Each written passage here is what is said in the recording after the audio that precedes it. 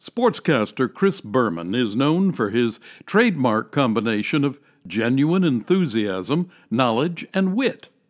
Berman has been selected the National Sportscaster of the Year 6 times by the members of the National Sportscasters and Sports Writers Association.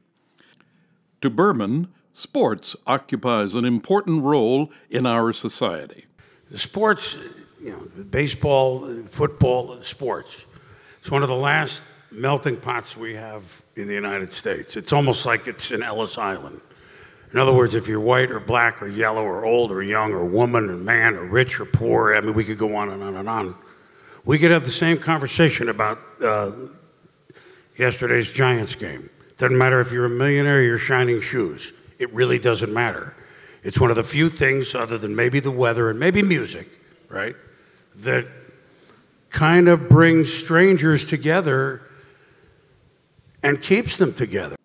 Berman, who in 1989 became the first cable sportscaster to win the National Sportscaster of the Year, ranks second among all sportscasters in winning this award.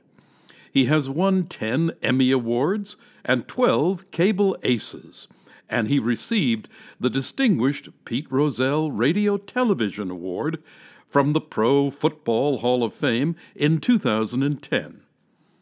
Yet he holds a very special place in his heart for this Northern California honor.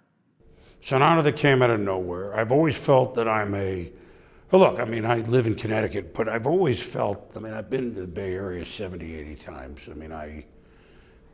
Which is, a fair amount.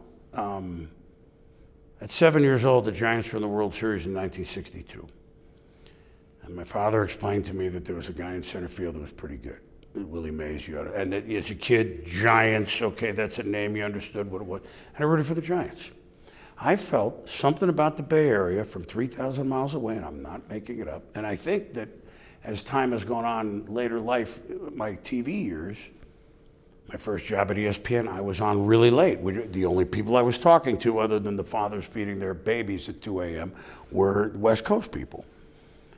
And there's a friendship a kinship that I had to this area. I always felt the Giants were kind of at the forefront of it. I quietly liked those A's of the 70s. It's through sports is really the answer. And then the 49ers was so early in my career, and I can call up about 15 of them right now. And we're talking from the 80s now, but these are my friends because I was in my 20s and so were they, and we just hit it off. So what the night means is a couple of things. I know our people are very proud of those who have excelled, but we could this is Jewish Sports Hall of Fame, we have a Hall of Fame, could be a million things. But it's an area that I've always felt I was kind of from. And I'm not trying to pawn myself off as a Bay Area person. I'm not going to change my birth certificate says where I was born, and you can look it up, but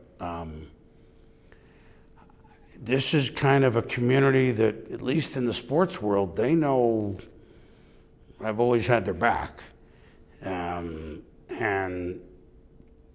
tonight's honor means that they recognize it and appreciate it, that I'm an honorary Bay Area person.